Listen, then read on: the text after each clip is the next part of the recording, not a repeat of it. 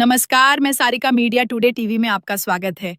आज की वीडियो में आपको दो खबर बताऊंगी। पहली खबर ईरान से और दूसरी तुर्की से है।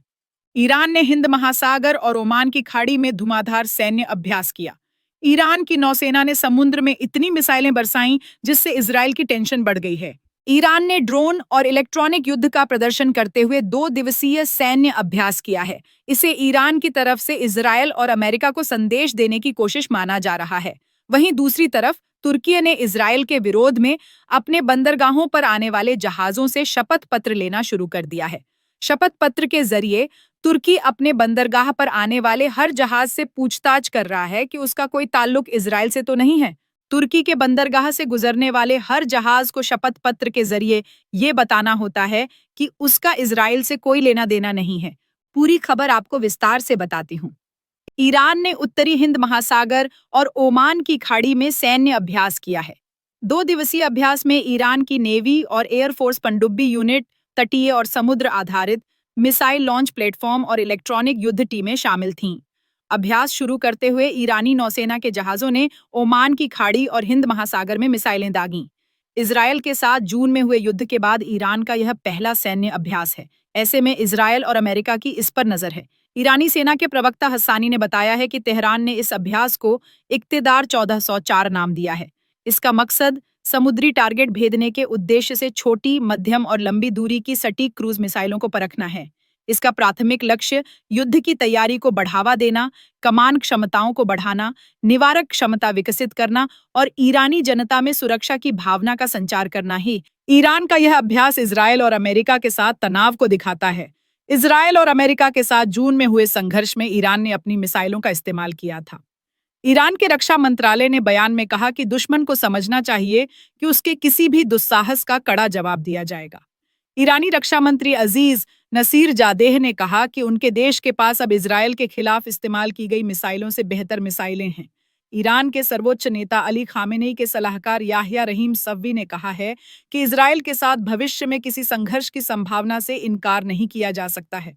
उन्होंने कहा कि हम अभी पूरी तरह से युद्ध विराम की स्थिति में नहीं हैं, बल्कि युद्ध के ऐसे दौर में हैं जो कभी भी टूट सकता है। हमारा इजरायलियों या अमेरिकियों के साथ कोई प्रोटोकॉल या समझौता नहीं है। ईरान और इजरायल की ओर से आक्रामक बयानों के बीच होने की वजह से इस अभ्यास ने दुनिया का ध्यान खींचा है। खास तौर से अमेरिका और इजरायल की निगाह इस पर लगी है। कई एक्सपर्ट का कहना है कि इससे इजरायल ईरान में एक बार फिर तनाव बढ़ सकता है। हालांकि दुनिया के कई एक्सपर्ट इसे नियमित अभ्यास की तरह देख रहे हैं।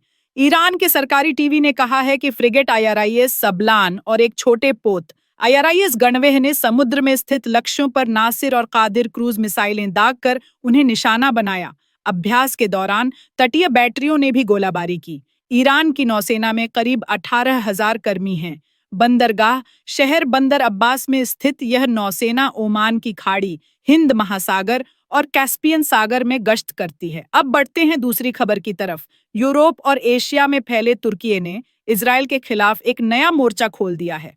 गाजा में इजरायल के अभियान के खिलाफ अपना विरोध जताने के लिए तुर्की ने अब से अपने बंदरगाहों पर आने वाले जहाजों से शपथ पत्र लेना शुरू कर दिया है। इसमें जहाजों को यह बताना होगा कि वह इजरायल से संबंधित नहीं है या इजरायल के लिए कोई हथियार नहीं ले जा रहे। इजरायल का मुखर विरोधी तुर्की ने अपने बंदरगाहों पर आने वाले जहाजों को ऐसे शपथ पत्र मांगने शुरू कर दिए हैं जिसमें उन्हें बताना होगा कि वह इजरायल से जुड़े हुए हैं या नहीं, या फिर कहीं वह इजरायल जाने वाला कोई खतरनाक सैन्य सामान तो नहीं ले जा रहे हैं। अरब न्यूज की रिपोर्ट के मुताबिक 2 शिपिंग सूत्रों ने बताया कि इस फैसले पर कोई आधिकारिक आदेश जारी नहीं किया गया है, बल्कि तुर्की के बंदरगाह प्रमुख ने मौखिक तौर पर एजेंटों को ऐसे लिखित आश्वासन जारी करने का निर्देश दिया है। यह निर्देश पूरे तुर्की के सभी बंदरगाहों के लिए लागू है।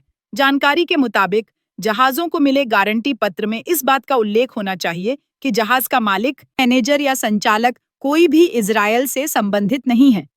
इसके अलावा उन्हें जहाज में मौजूद सामान के बारे में भी जानकारी देनी होगी कि कहीं वह विस्फोटक, रेडियोधर्मी सामान या किसी प्रकार से सैन्य उपकरण तो नहीं ले जा रहे हैं।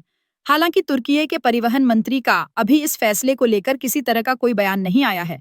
गौरतलब है कि पिछले लगभग 2 साल से हमास के खिलाफ चल रहे इजरायली अभियान का विरोध जताने के लिए तुर्की ने तेल अवीव के साथ अपने व्यापार को भी बंद कर दिया था। इतना ही नहीं, तुर्की मुखर रूप से इजरायल का लगातार विरोध भी करता रहा है। वह हमेशा से एक आजाद फिलिस्तीन का सपोर्टर रहा है।